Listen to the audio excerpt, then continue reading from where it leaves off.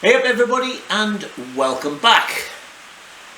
Well, back on with this hopefully for the last time this week. I don't know if you can hear, it's just started raining. This is the first rain we've had for a couple of weeks, and then that couple of days was the first time for a couple of weeks. I think we are in a drought watch here. It means my section's been nice and dry, been riding like mad. In fact, I've been riding a lot because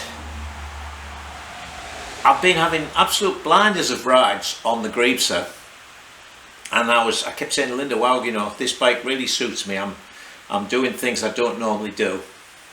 And then when I'd finished the B44, I took it out for a ride. I took it down to do a couple of sections, and I did the difficult stuff in those sections as well. And I thought, wow, so I kept going and did the full loop, the 20 sections. And again, I rode better than I've been riding for ages. So I thought, well, maybe it's not the Greebser. Maybe finally at 74 years old, I've sort of finally cottoned on to what you do to ride a trials bike properly. So just out of interest, then I took the Enfield out the next day, and same thing. I was doing the difficult parts of the sections. So there you go. I'll just get the hang of it and then I'll be too old to ride. Alright, so what are we talking about today? Well, let's say this has come. This hasn't come. This has been here all the time. This has come. And funny enough, they get cheaper every time I look at them. And this one actually says on it AC. So I know I've got the right one. It's got the right sockets. So we'll get that put on and see what that does. Okay, here's a warning for you. I'm going to waffle for a few minutes, so if you want you can jump ahead, because I had a comment, somebody asking me sort of how did I get to be here in Richford, and then somebody commented on that comment saying, yeah, I was wondering that. So here you go. As I say, if you don't want to hear this, I think I mentioned it maybe once before, just skip ahead. So why am I here? Well, I had a lot of jobs when I was younger. Obviously, I was trained as a chemist. I started ICI nylon plant at Wilton, for those of you who know Teesside. Gigantic place. I mean, it was several square miles there, its own bus route, lots of different plants there. So after that, I got a bit tired of that. Well, to be honest, they got a bit tired of me. I was only young. My timekeeping got progressively worse. I can even remember getting all the way to the lab one day and thinking, oh, sod this, and going and spending the day in Redcar, which is like a little seaside resort. But anyway, then I did all sorts of stuff. I mean, I was a dog catcher, I was an insurance salesman, this, that and the other. And then I was in the steelworks for about 3 years as a slinger, which is what bulked me up. No need for gyms when you do that type of work. Then I worked in the tank farm for quite a few years, and then the last 20 some years of my work career I was what's known as a cargo surveyor. Well, I was actually a higher echelon because I was a chemist surveyor, and what a cargo surveyor does is he is an independent third party that oversees the loading and discharging of ships. So if Shell's buying a cargo of premium gasoline from Exxon, then they both pay half the fee for a third party who comes along and makes sure they get the amount they're contracted and samples it and tests it, and the independent report goes to like the insurance company and the bank and things like that. So that's what I did, and I did that in the Middle East, in India, in Europe, in the UK, and then the company I was with transferred me to the US. First I was down in Florida, managing all the offices in the Caribbean, which was quite nice. Then I got transferred to Philadelphia because they wanted a chemical expert up here. And there I ran foul of the Northeast VP, who was British. Almost all cargo surveyors are British, right around the world. So we had a big bust up, and then they found a reason to get rid of me. and then I went to work for a couple of American companies. And I'll say this about cargo surveying: everywhere in the world where I worked, cargo surveyors were ex-ships chief officers, sort of chemists and tank farm people like myself. You were the man. I could go on a huge ship, you know. Biggest ship I was ever on was the Brazilian Pride, which was nearly a quarter of a mile long, about like 410 yards long, something like that.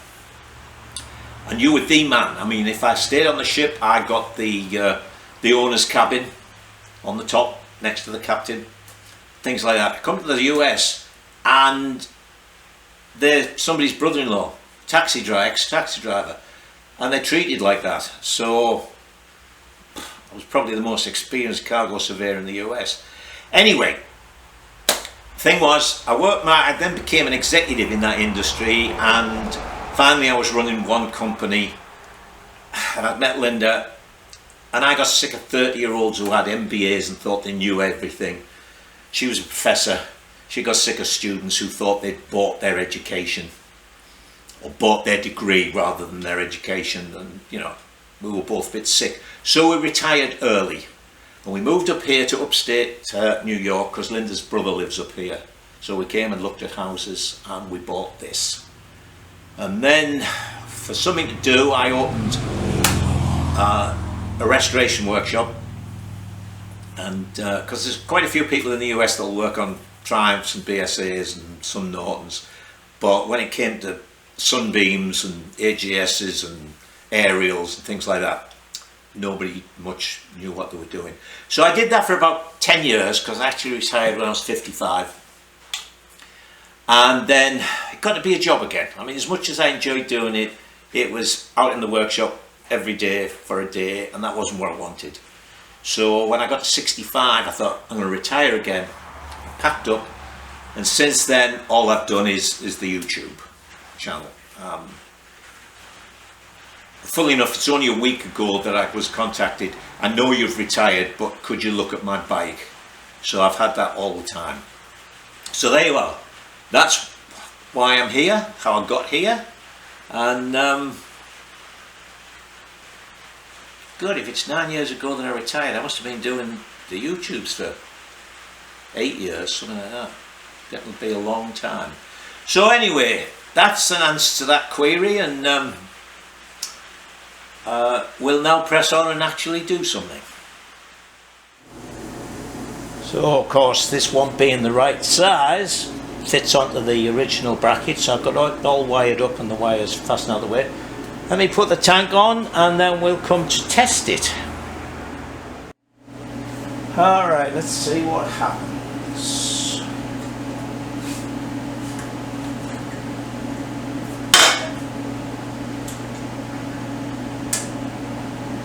On.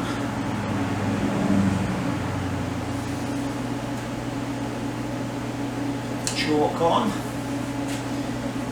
It's quite actually, you might be able to hear the heating.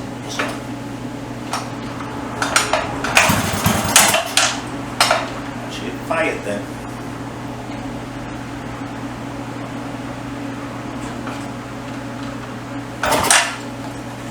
You don't need to choke on. I just checked I had wired it up right, I've got a spark.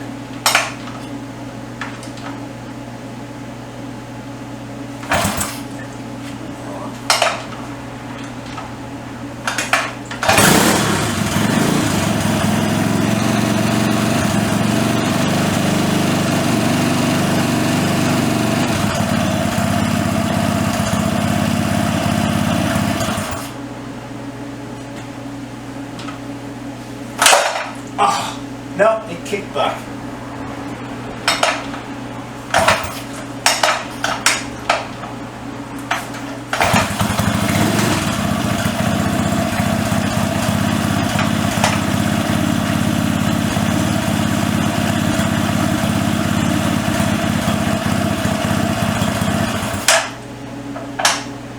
So that wasn't the answer.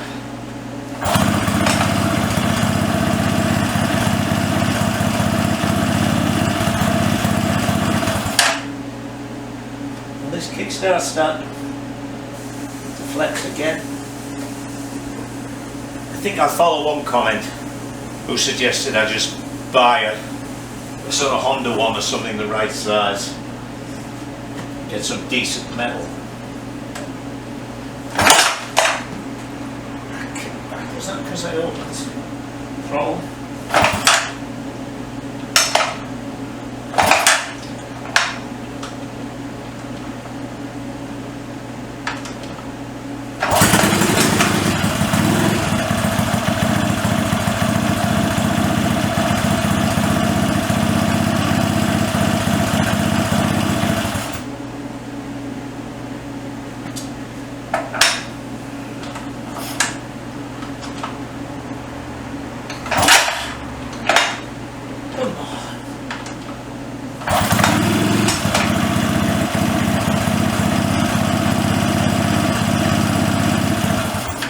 Well, there seems to be a lot more start than kickback. Actually, I was watching a video the other day about those Janus motorcycles. It looked to be crap to me.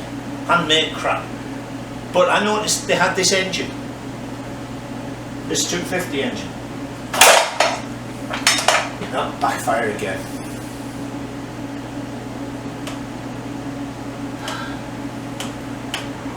You know, the only other thing that I have altered on this is the carburetor jetting, because it was running fine. I mean, when it starts it runs fine, and I did take it out and try it out. I think I put a smaller pilot jet in. Maybe I should try that. You know, obviously I've got to try something, because being like that is no good, and being like that would be no good with the electric start. I'm going to take the electric start back off. Let me see what's what with the carburetor. Alright, so if you take the R off Waller, what do you get? Wally. I upped the pilot jet one size. I don't think it made any difference. I still got a couple of backfires. So I thought, let me have a look at the needle. Did I do anything with that? Well, the needle was in the very top notch. So that's as weak as it can go. So I put it in the middle, and I've just about kicked myself stupid here. I don't know how many times I've started this, and it hasn't backfired once. So it looks as if all that fiddling around was totally unnecessary. New CDI boxes, everything. Of course, just to prove me wrong now, you watch it, it'll kick back.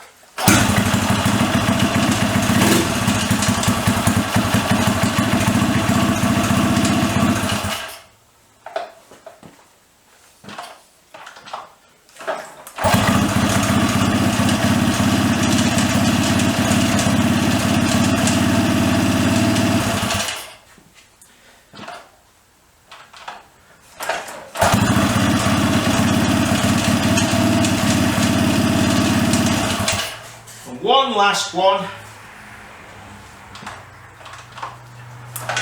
Oh.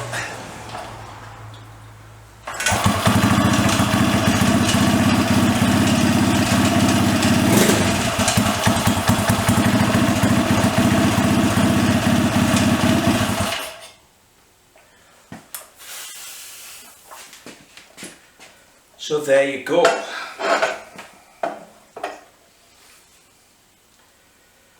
So I think the next thing to do is take it back out for a ride, see how it feels, and then actually I've got to take this cover off, because I've taken the electric starter back off, taken the gear out of here, but there's one gear still in there. I can hear it rattling slightly because there's nothing connected to it. So let me do that, and then see how the engine feels. I might do that little mod. We'll pull the starter clutch thing off and have a look at see if we can just put a couple of little tack welds on, so that big gear wheel doesn't sort of stay loose. and spins with the the flywheel, and give us a bit more flywheel effect. See if I need it anyway. So let me do that. Alright, well, so the situation is as follows. As you can see, this is up on the lift table. I had a good ride round outside, and a few things came to light. Nothing sort of major, if you like, just as always with the testing, minor things. First of all, it is much too quick across the ground in first gear. I don't know where they got the numbers for the specs for the gearbox, but they must be miles out, because you may remember when I first calculated it out to get to about 40 to 1 in first, which is what I aim for, I put a 54 tooth rear sprocket on. It's nowhere near right. I had the 60 tooth, I put that on. It's better, but it's still a bit quick. So the gearbox has a 13 tooth sprocket on, which is quite big by trial standards. I can probably get right down to about a 9 if need be, which would be 4. That's like another 10 teeth on the back, 10 or 12 teeth on the back. So I'm going to take that sprocket off, and when I go to Mike's on Friday, I'll take it with me, and we can check his sprockets and see if I can find a smaller one. That'll cure that. The main thing was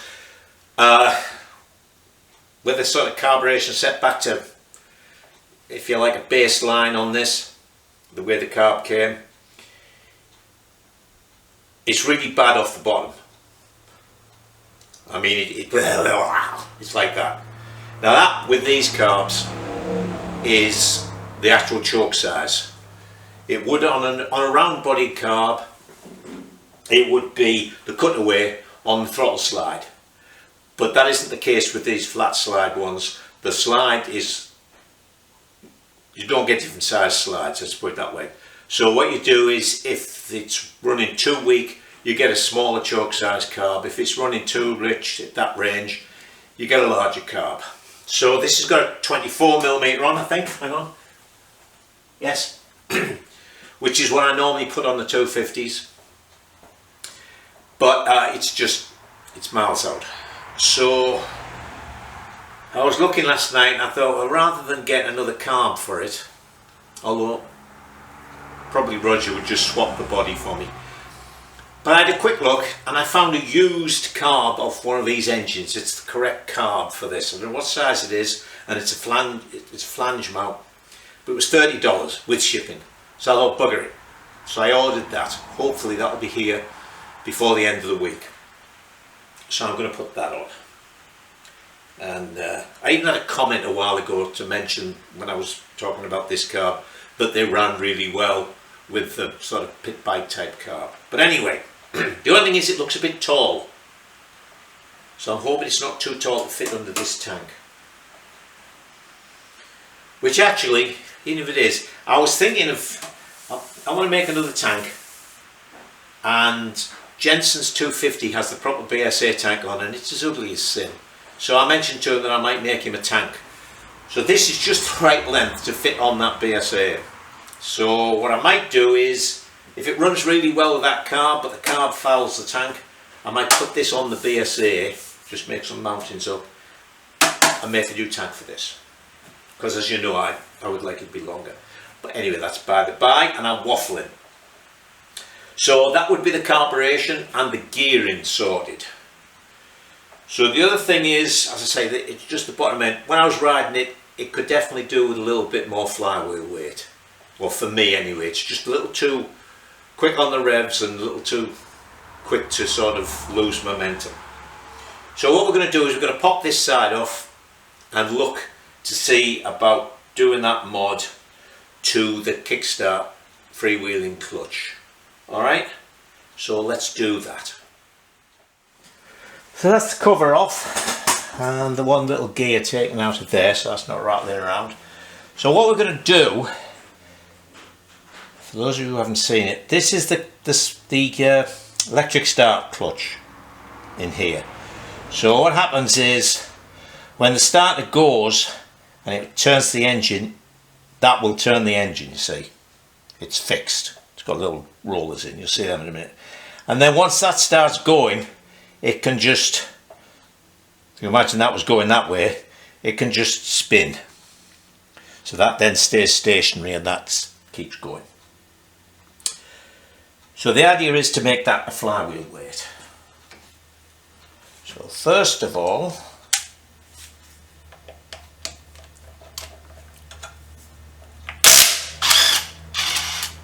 we take that off.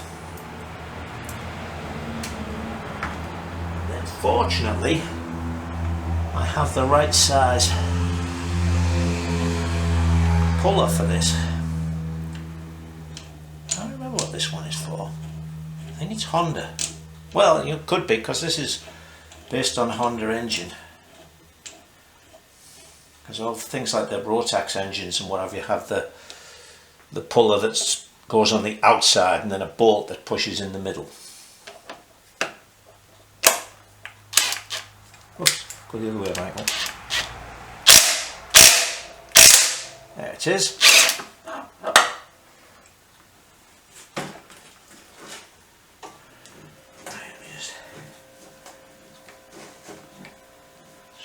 Off there,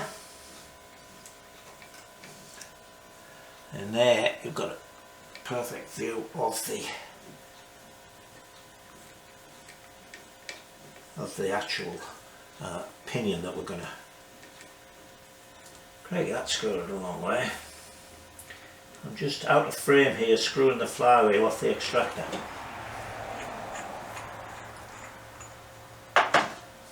So see, there's that, and that catches in this here. And you see the rollers, there's one roller there and there's a spring with a little plunger. The rollers grab, but they don't go in the other way. So what I'm thinking is, can I fasten that to this? And then when the flywheel moves, that'll move with it. So that you see, oh, I'm forgetting there's a key there. There's a Woodruff key in there. Hang on. Right, so that's got the Woodruff key out. So this will come off.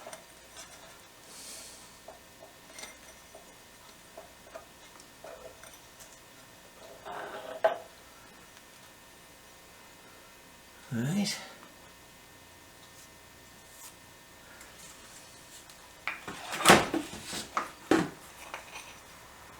And that will go in there.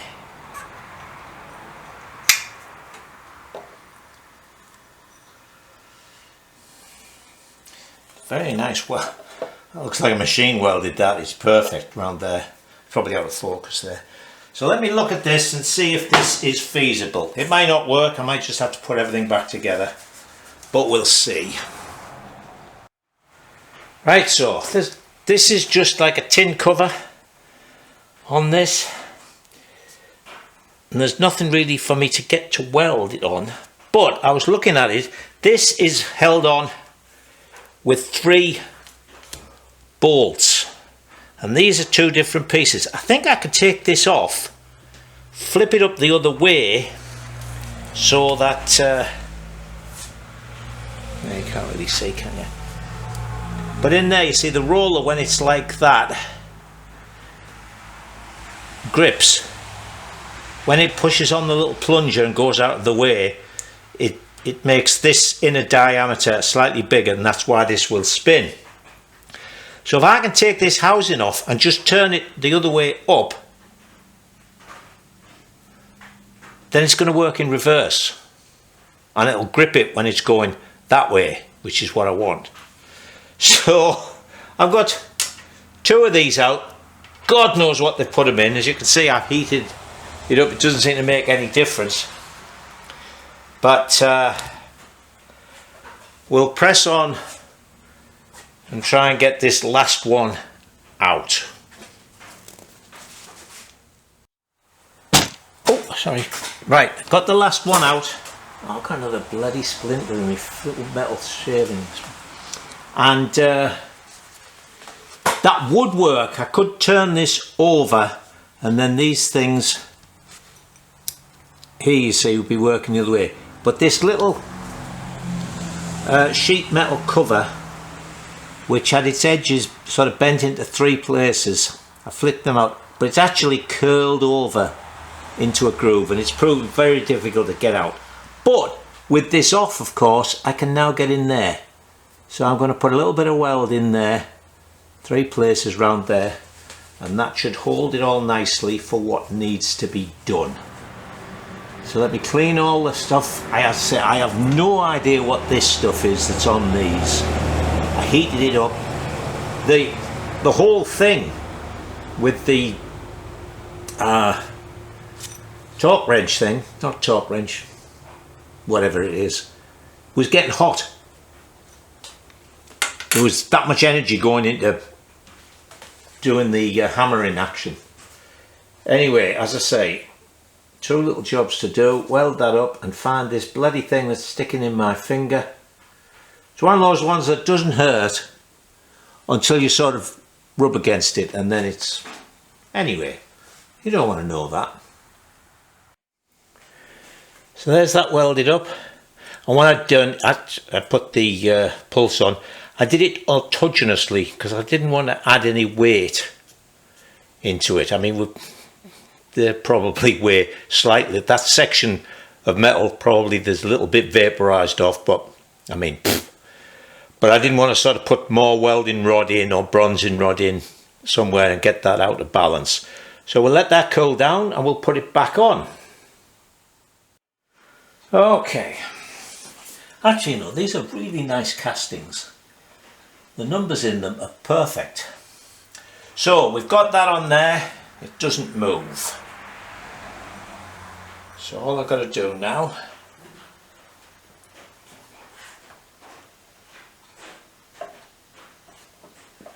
is get the keyway lined up.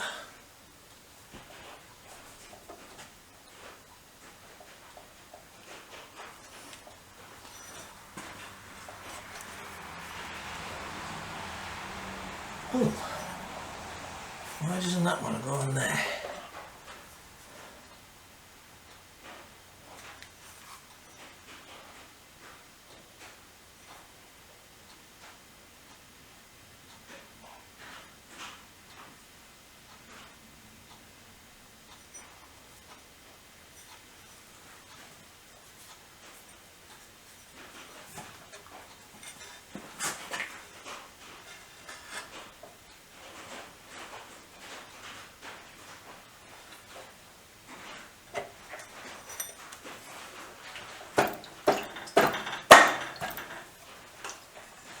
There we go. Whenever I've welded anything and it won't go back together, my immediate thought is, oh God, I've screwed up again. Alright, so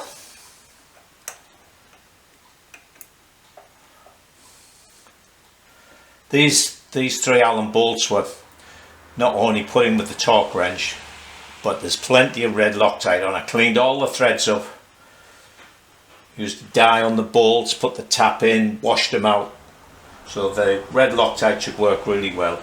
Okay, let me get this put back together. Sorry. Alright, so I've put all that back together.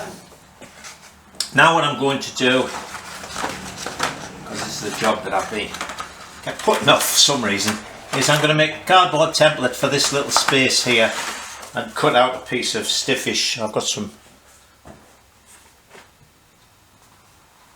rubber here. I think there's just about, yeah, should be just enough to go in there. But also I found out why I was so far out with the gearing. I just happened to look at this sprocket because I'm going to take it off. Can you see that? Yeah. And it says on it 15 teeth. I'm almost sure when I ran my gear calculation program, I put that down as being 13 teeth. So, as I say, it's pretty close, but just not right.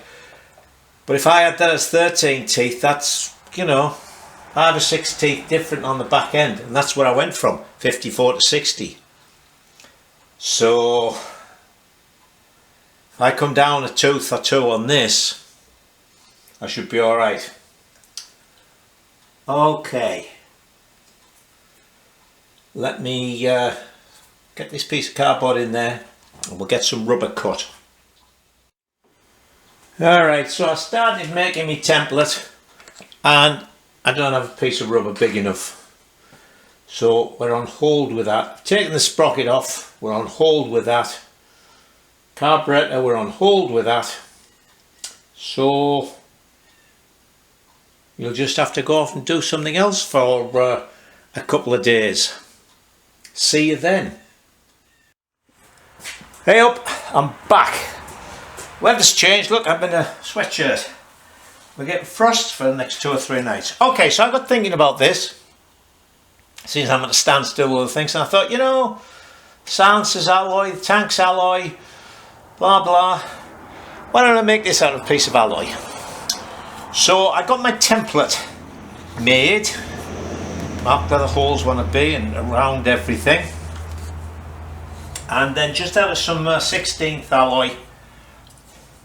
I was going to get clever and do this on the English wheel because I thought, right, I've got to curve that way and I've got to curve this way, but actually it's so short and sticking down it didn't have to be. I've just flattened that end off a bit to clear this, so that now goes in there.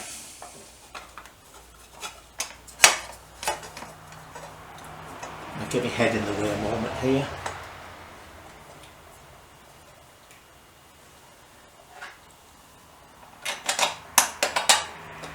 There like that.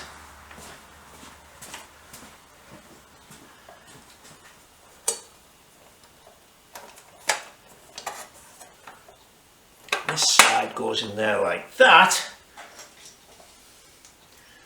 and then of course it's mud guards are always one of those things where it'd be a lot easier to put them on if you didn't have the wheel in, but I'm not going to take the chain off and all that stuff. Oh, there we go, we've got the nut on. Anyway, let me, oh, get dirty again. Let me just tighten that up. So there's that in there. Actually, I rubbed it over with the Scotch-Brite, and that sort of dull finish makes it match the silver quite closely. So anyway, with the, where is it? When the air box is in there as well, that all looks fine. Alright, let's go and have a little look at the gear change lever. Right, just show you this. I've taken the carburetor off, put the original manifold back on. So that's all ready to just pop the carburetor straight on there. Okay, gear change lever. Hold on to your seats.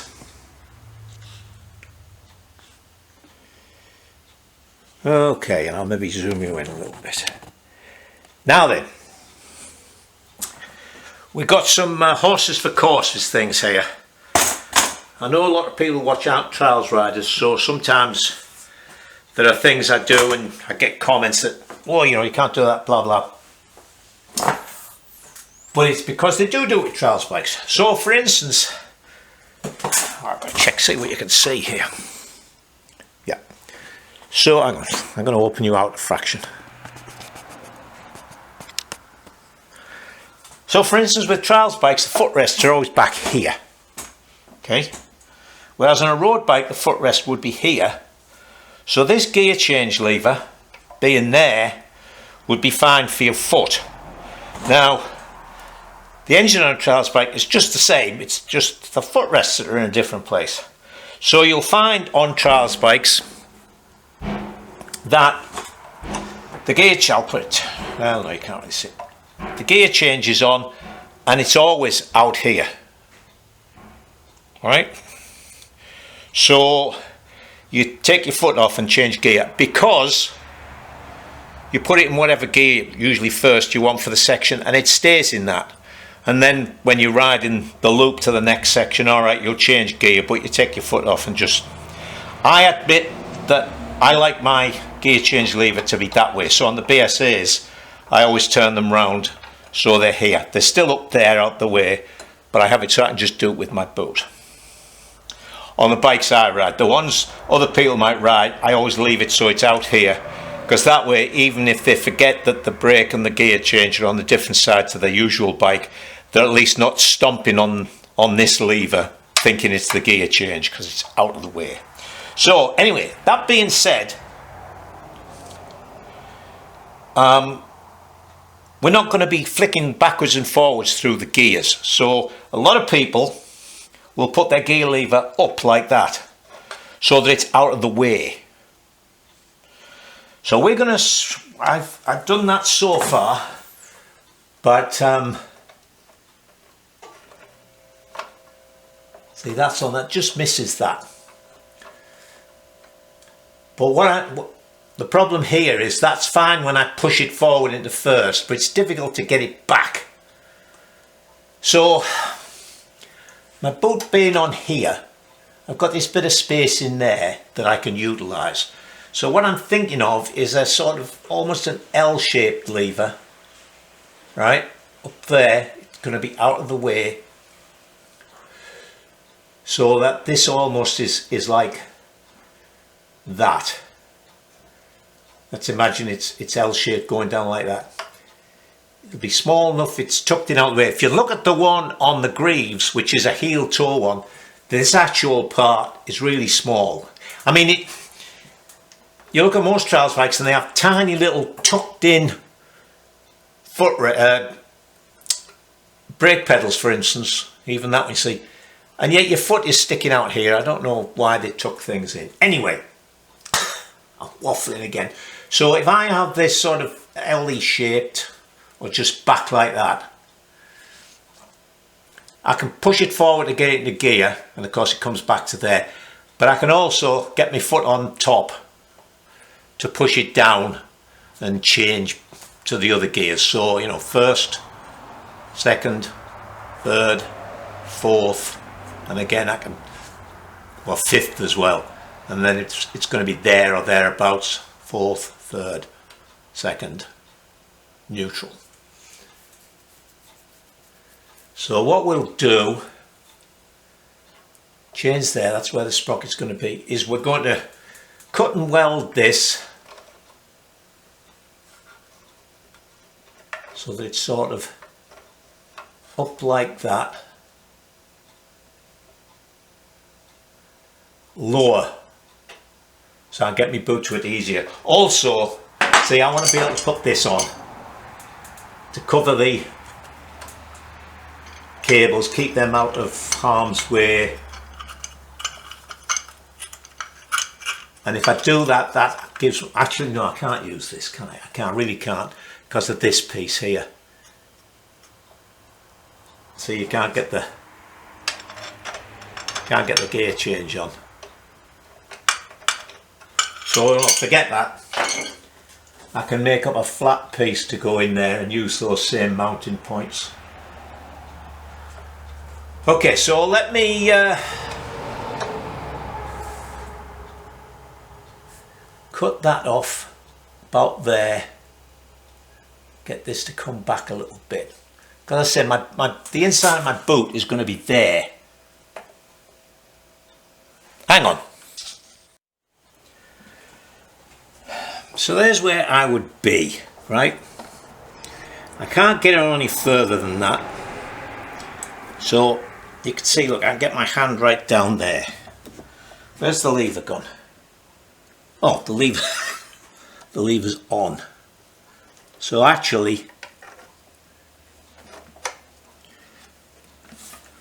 see, I don't need it to be that long. It can be quite small, just to pull and push. I'm not wanting to hook my boot under it. I can push it that way, and if it's back a little bit, I can press on it.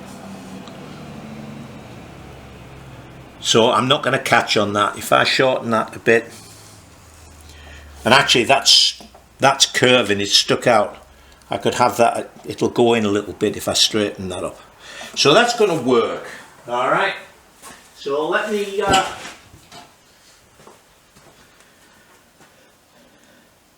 cut and decide how we're going to do it. See, because it's also how much movement there is. See, let's say if I put this right up here out of the way,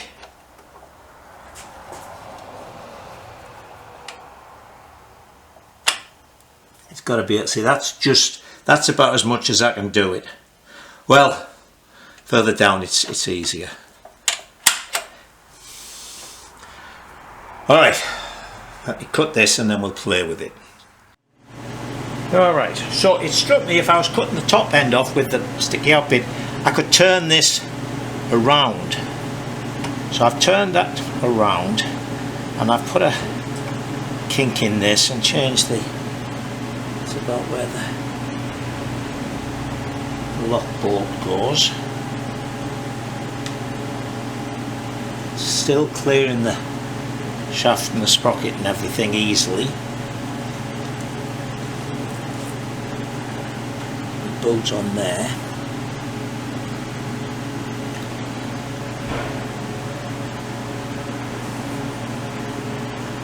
You can see there's plenty of room. There's the old pedal. Could almost fit that on. I might just shorten that and do something with it. And then, as I say, I can literally just push it to put it in there first, but then I can get my foot on the top to press it down and change easily into the higher gears. And I just noticed the new battery I put in, I obviously had charged it. Oh well, see what we've got. So there's that on there. I cut the little thing off and shortened it and shortened the rubber. That's got its pinch bolt in. We've got a good space between the end of the shaft, and actually the sprocket goes on inboard of the shaft. So I think that will work alright. Obviously I can push it that way easily enough to get it into first.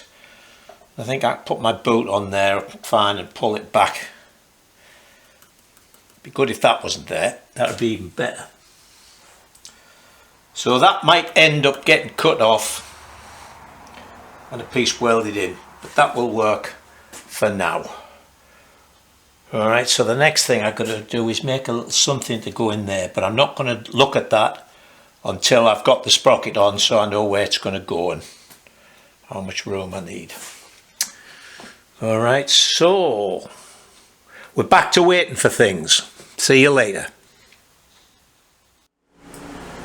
Alright, it's Saturday. It's chilly again, although it's a beautiful clear blue sky and sunshine, so I'll probably go and ride this afternoon. Carburetor came. I got a couple of sprockets from Mike. So, first thing with the carburetor, I took it out of the box like that, and I thought, oh, that's not the right carb. It's a stub mounting and it's a butterfly, but actually it's that way around. For a choke, for a cold start, instead of having an enrichment system like the OKOs do and the CVs I've used, where you have a plunger that you pull out, well, the plunger opens up a passageway that adds extra fuel to make the fuel air mixture richer. This is, if you like, the old-fashioned way of doing it. Like the Amels had a slide, Villiers carburetors on the air filter had little windows that closed, which was called a choke. That's why they called it a choke, because it was choked in.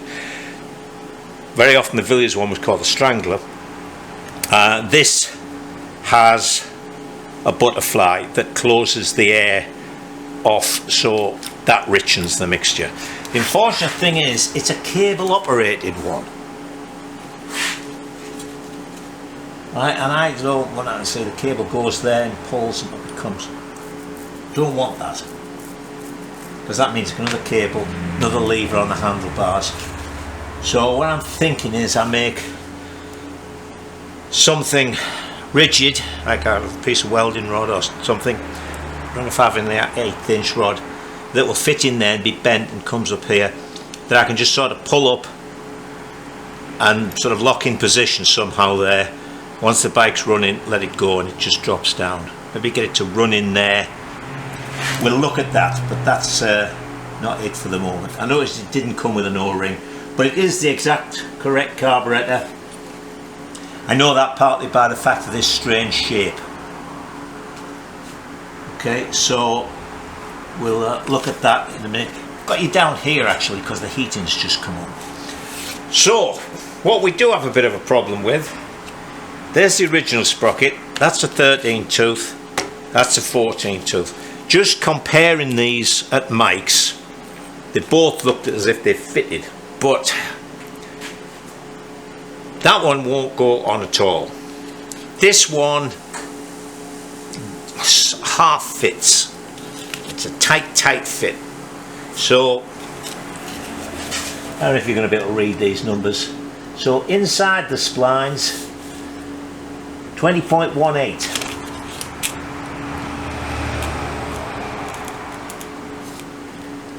20.09,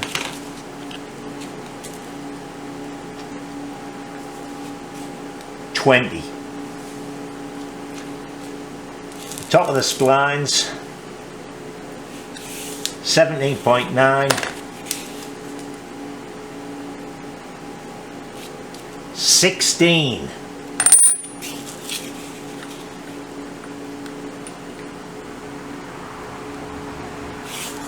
17.5. Then we have the actual spline itself, the original one, 4.25, 3.95,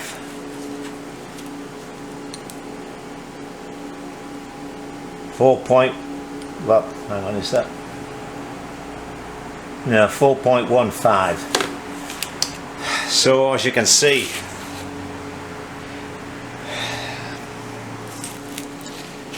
none of them are the same as that. I mean, God, you'd think it was just simply a straightforward, whatever, 21mm 6 spline metric, but no. I was looking online last night because I measured it, and I put in that engine's a 167 FMM sprockets. And a couple of places came up that had them, smaller size, but they were sort of 18mm ID. So unless they count that as being the, what was that? I've got to look. One of them actually had the drawing. Well, that's 17.47. I'll have a look. See, the trouble is, this is hard. I had a little go at it with a file, and I think all I'm taking off is the black oxide. It's one of those things where it sort of goes on, and if you tap it on, it'll go on a bit, but then you've got to use a puller to get it off. So, I don't know. Alright, so let's go and check a couple of things with this on the bike, and I'm afraid we're going to be closer to the heater. Sorry about the heat and noise, but I do not like being cold. Alright, O-ring. The ID is 1 1/8. ID.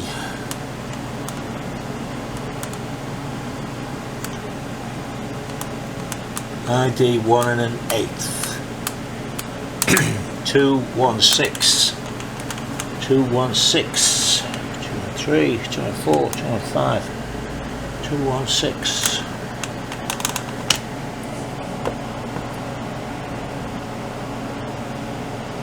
Oh, that's too big.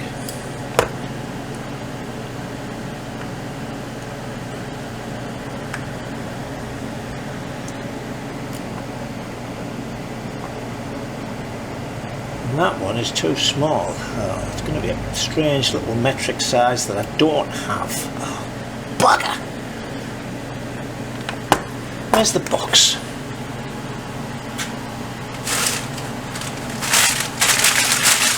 This is, the noise is just me looking in the box. See if it's fallen out. Doesn't seem to have. I suppose whether I've got an O-ring is academic if it doesn't fit.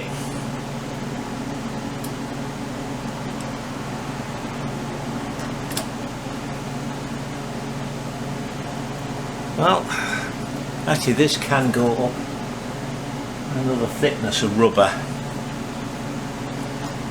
Let's check this.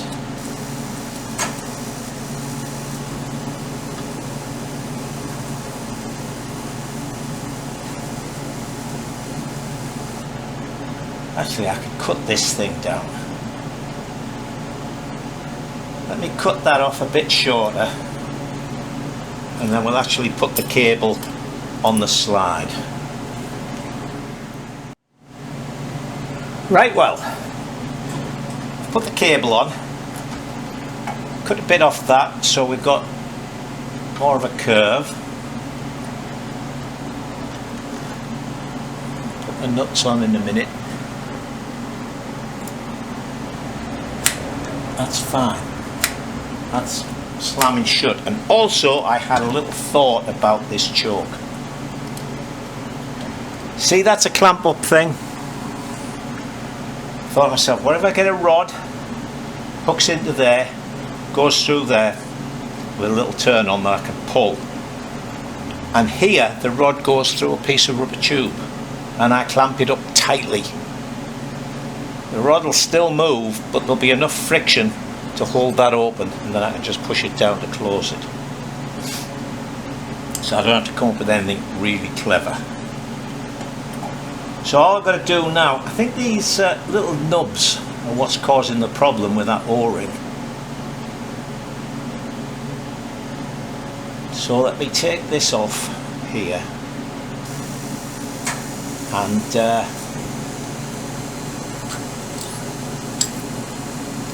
we'll look at this choke and the O-ring.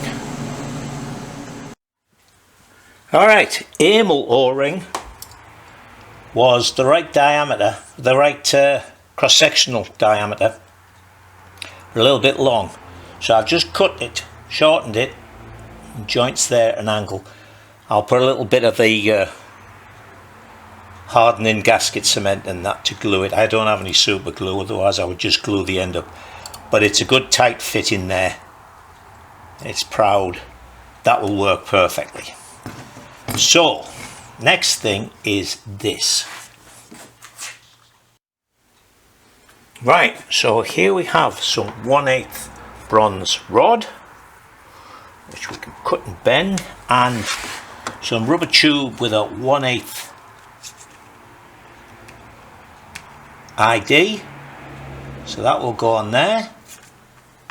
That gets clamped into there. Pulls up. So let me do a few little bends, and we'll see how it works. Right, well, the bronze didn't like the couple of bends I wanted to put in it, but I had a spoke lid right there, and I just modified the head a little bit. So let's see if this will work.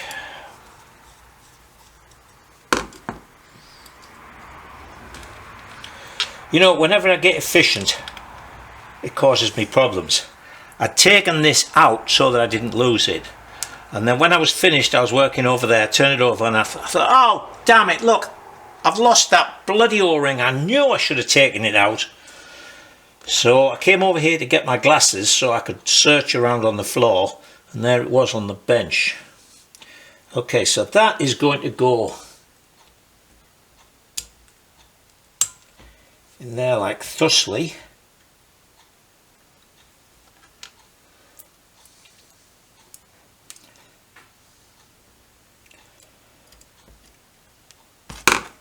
My hand's in the way, I know, but you'll see fine in a moment. Well, the question is, if I screw that down, you know what, I've bent that the wrong way, haven't I?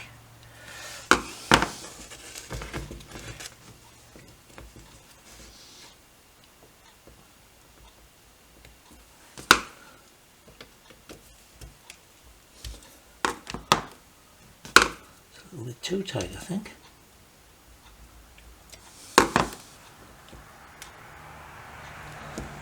Oh, come on, it sort of worked before I put the Yeah, that rubber tube is actually gripping it too tightly.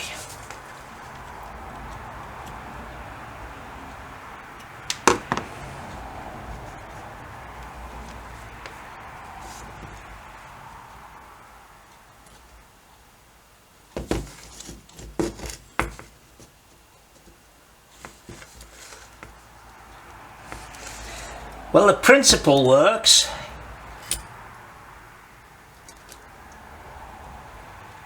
I wonder if I should just have a longer piece of rubber and the rubber... No, you see, that's loose.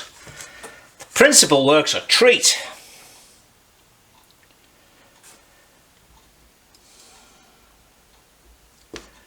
Could do with being fixed in there a little bit better as well.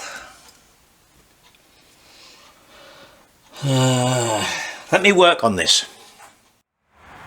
Right, well, carburetor's on. Don't have the air filter connected up because this is a lot smaller than the OKO. So I'm either going to have a step down. Hang on.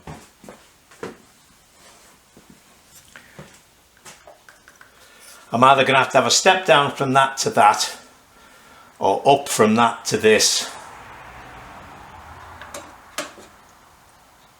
Don't know yet. As to the choke, I've just rigged up a little, actually it's a cable tie, that I can pull it up and hook it over there, put it on and then just drop it off. Think about that later. I'm starting to get a bit peed with this. So, we can start this. The gear change is on. The gearbox sprocket was one of those cases, well, I had sanded the inside a little bit, but as I said, I don't think I took anything off. But I think the end of the shaft was just fractionally bigger than the rest of it. Because I was going to put the 15 tooth back on just so we were done. And I thought, let me try this. And it wiggled a little bit and I pushed it. And after about a 1/4 inch, it just slid on. So I have got a 1 tooth smaller sprocket on the gearbox. So let me lower this and turn the pedal on and we'll see what happens. Right, so pedals on, been on a couple of minutes, nothing's flooding. Put the choke on.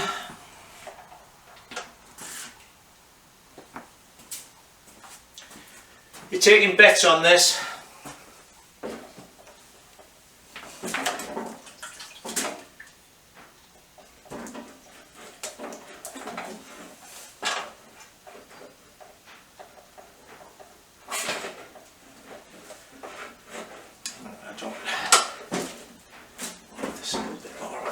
Towards me.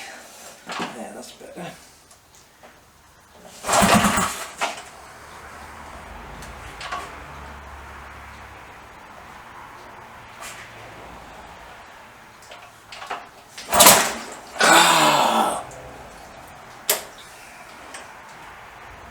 It's got to be the ignition timing. It's just got to be the ignition timing. With everything fixed, how can that happen? Although the calibration is miles out by the sound of it.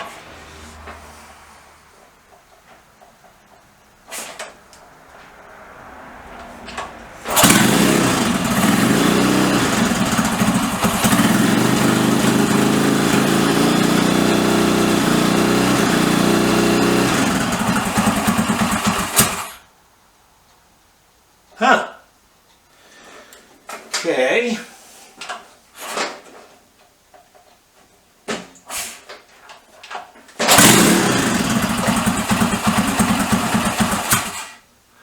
Let me, you're going to stay there? Yes.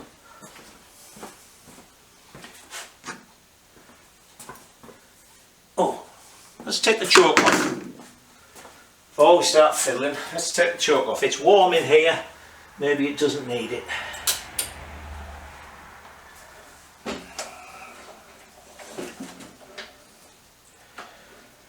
Gosh, this is exciting, isn't it? You've waited all week for this. I hope you're suitably impressed.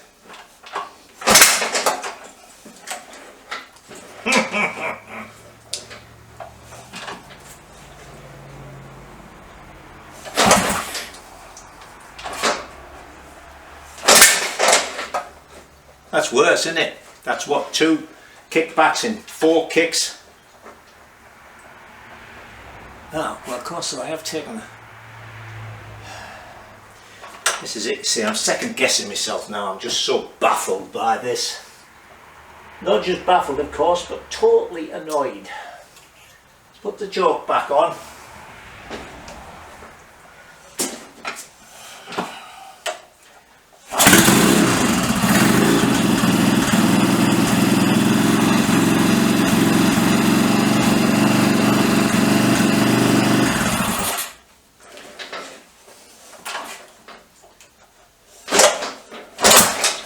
No, see, it's got to be ignition time. We've got to play around with that bloody thing.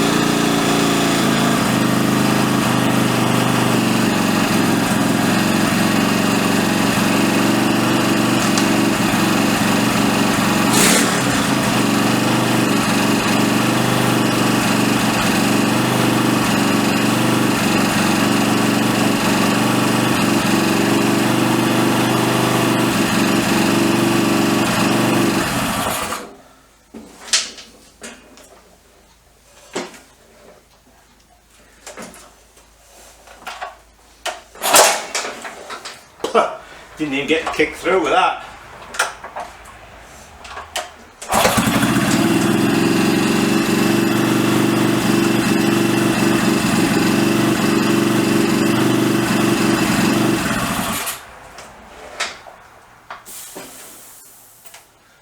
It's lunchtime, so I am going to go and have my lunch.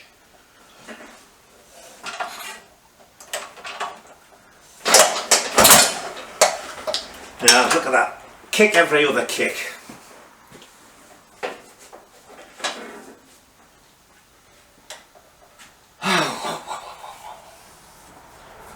Alright, let me go and have something to eat and I'll think about this a bit more. So, I just took it out for a quick ride round. Put the choke on, started first kick, boomf. No problem. Took it out, rode it round a little bit. I think the gearing is probably about right. I think 13 teeth on there would be perfect. At lunchtime I just checked I checked one website. They had the dimensions. I checked them with the dimensions I'd written down. The right sprocket and they're out of stock. So I'll find a 13 tooth. But it's really bad at the bottom. I mean it's hunting a little bit, so that's probably carburation. But it doesn't have the air filter on, so I don't want to start messing with the jetting until I got the air filter on and I know that it's breathing correctly. But I'd stopped it at one point. That gear change is still in an awkward spot. If I didn't have that big lump on where the starter motor goes, I think it would be alright. But it's still really difficult to get your foot to, particularly to change back. Kicking it forward into first is fine, because you literally can just, with your toe, push it into first. But getting it back, it's really cramped for space, so got to look into that. Sorry, I thought I saw a crack there, it's just dirt on a thing.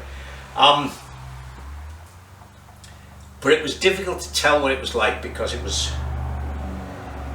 just running so badly on the bottom end. Once I got up on it, it's got gobs of power and it handles quite nicely, so those aspects of it are fine. I stopped at one point and to just adjust the idle, and when I went to restart it again, it just kicked back, and kicked back, and kicked back, and kicked back, and kicked back, every kick. So I was almost going to push it back to the workshop. Now they'll let me try it once more, and it just boom, started.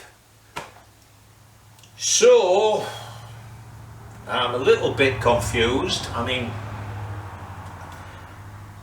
if it was just an ordinary bike with points and stuff, I'd say, whoa, ignition timing, let's get that sorted. But as I say, everything is fixed, so I don't see why it shouldn't they start doing it. And so anyway, that's it for this week. There won't be a video next week because I've got all sorts of stuff to do this coming week, and I really don't know what to do with this yet. So you'll have a week off next Sunday, and then actually I've got a trial the Sunday after, so I'll probably post on the Saturday evening rather than the Sunday. So there you go. Weird. Anyway, until I see you again, you stay safe and enjoy yourselves.